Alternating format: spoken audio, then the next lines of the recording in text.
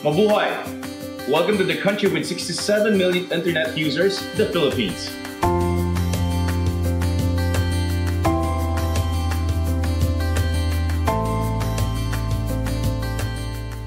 The Philippines has one of the highest digital populations in the world.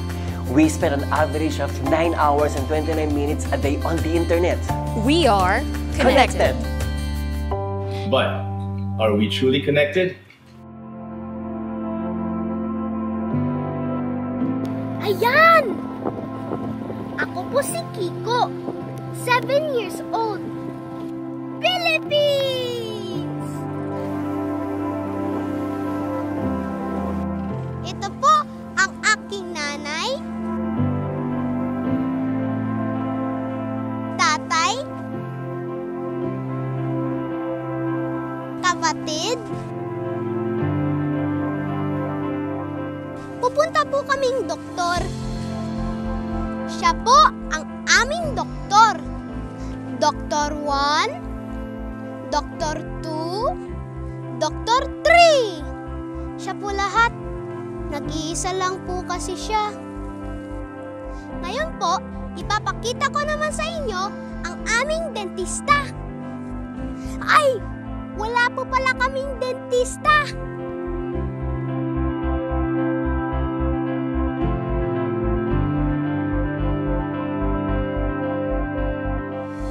Ngayon po, ipapakita ko naman po sa inyo ang aming barko.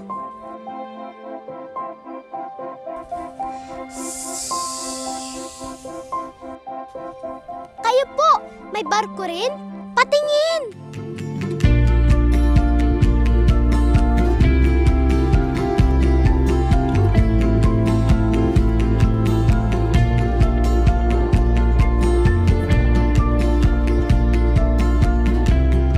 Our boat will soon arrive, and we want to show to Kiko and our fellow Filipinos who live on isolated islands of the Philippines. The Youth with a Mission, or YWAM, is an international non-profit organization that brings YWAM ships around the world. The ships bring medical, dental, ophthalmic, and primary healthcare aid into the most isolated islands of the world.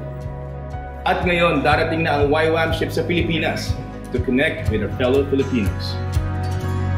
Po ay isang doktor at natutuwa ako na nandito po itong ship na ito na siya pong pupunta sa iba't ibang islands. Malaking bagay po ito sa ating mga kapamilya katulad ng mga mangingisda, mga magsasaka, yung mga talagang nakatira sa malalayong lugar.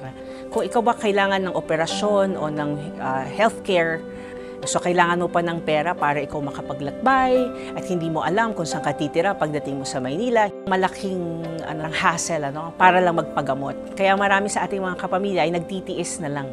Tinitiis na lang nila yung kanilang sakit, tinitiis na lang nila yung kanilang nararamdaman hanggang ito ay maaring mauwi sa kanilang kamatayan. So nakakalungkot yung mga kasong katulad ng glaucoma, ng mga katarata, na sana po ay nape-prevent. Ito pong ating gagawing proyekto ay napakaganda. Iba-ibang doktor po, iba-ibang espesyalista ang siyang sasakay po dito sa barko at siya pong magbibigay ng tulong sa ating mga kapamilyang nangangailangan ng pangangailangang medikal.